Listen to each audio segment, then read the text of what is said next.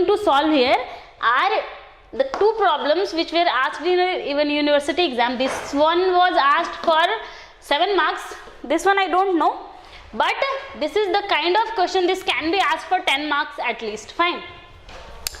So in this question, look at the circuit. They have asked for the value of I1.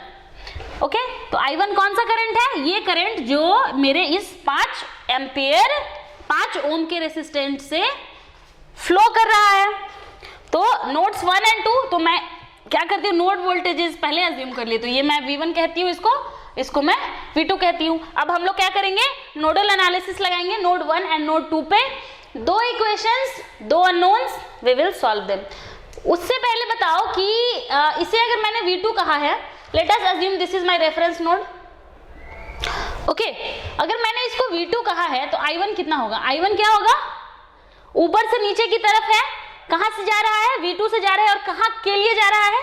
ये 0 volt के लिए जा रहा है. ओके, तो हम लोग यहां से एक चीज कह सकते हैं, that I1 is equal to V2 minus 0/5. ये तो हम बिना किसी हिचकिचाहट के कह सकते हैं, दिस इज V2/5. तो हमें क्या चाहिए, हमें I1 के लिए, I1 निकालने के लिए हमें पहले V2 कैलकुलेट करना पड़ेगा.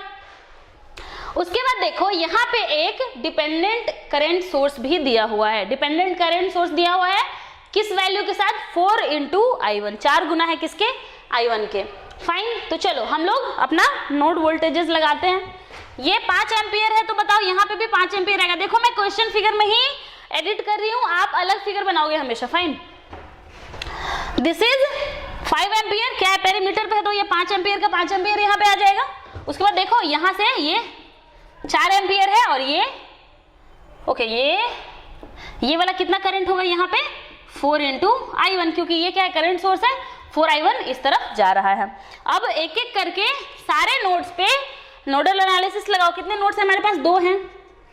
सो चलो यहाँ पे सॉल्व करती हूँ मैं. सॉल्यूशन, अप्लाइंग नोडल, या फिर मैं सीधा लिखती हूँ at node 1. Why to waste time in writing this much. At node 1. At node 1 पे देखो इनकमिंग करंट्स क्या है? 5 है. तो 5 इज इक्वल टू आउटगोइंग क्या लोगे? V1/10 लोगे. यहाँ पे इसको आउटगोइंग कह दो और इसको भी आउटगोइंग कह दो. Okay, this is outgoing. तो क्या होगा? V1/10 प्लस ये देखो V1 माइनस V2. देखो यहाँ से कुछ करंट फ्लो करेगा, some current will go like this. तो कहां से जाएगा वो? V1 से V2 की तरफ जा रहा है. तो क्या लोगे? V1 minus V2/15. V1 minus V2/15. और देखो एक और करंट यहां से फ्लो कर रहा है. कौन सा?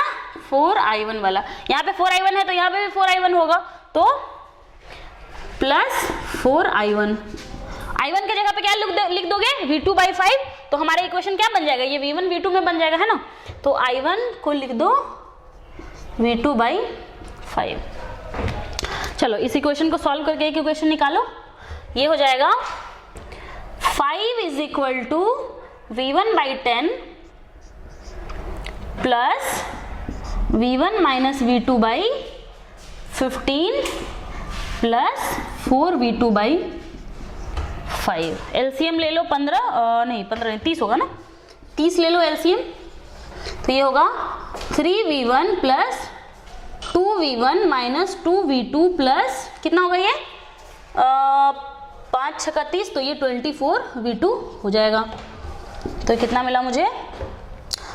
इसको ले जाके 30 को 5 से मल्टीप्लाई कर दो, तो ये बन जाएगा 150 इस तरफ. और ये बन जाएगा तुम्हारा 5V1 माइनस क्या होगा?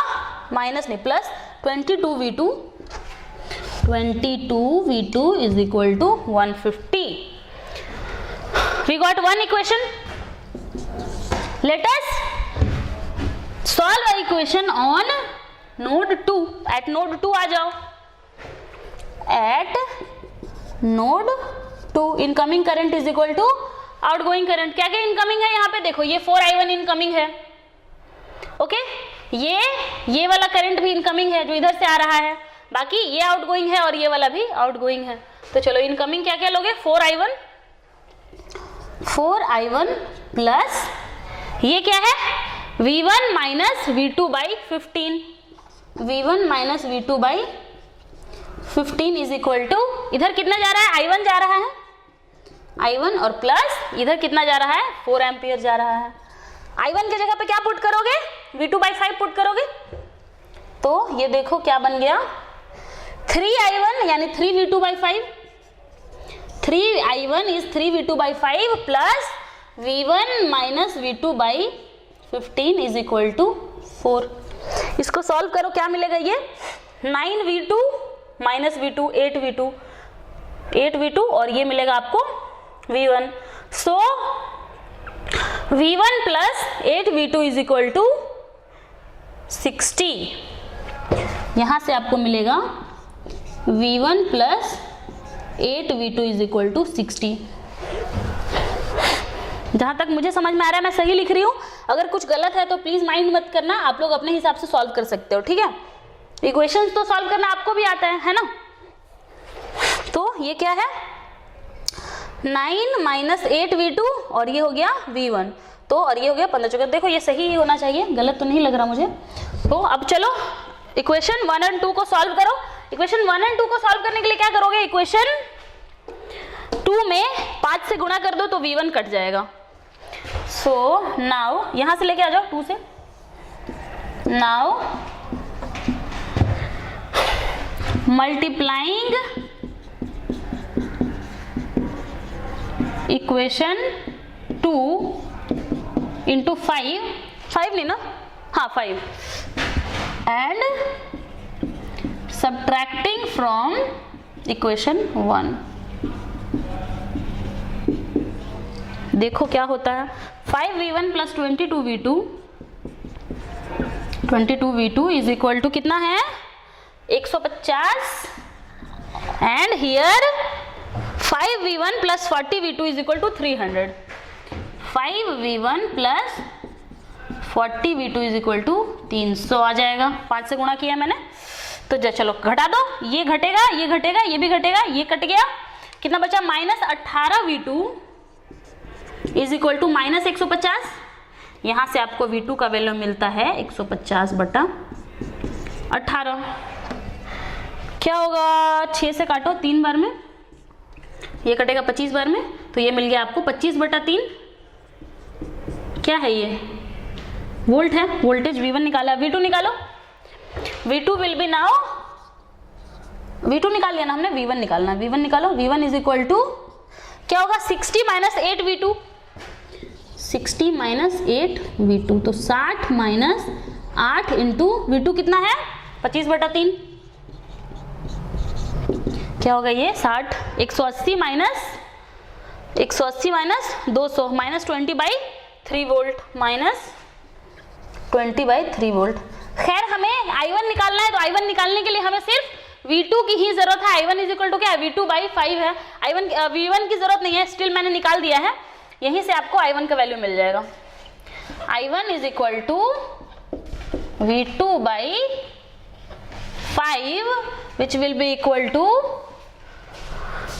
25 बाई 3 बाई 5, तो ये कितना हो गया 5 बटा 3 एम्पियर निकल गया आपका,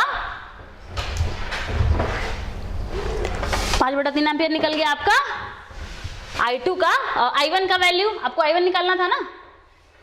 फाइन, ये मैंने कटा है 25 और 36 18, 25 बटा 3 वोल्ट, 25 बटा 3 गुने 5, ठीक है, आपका I1 का वैल्यू निकल गया।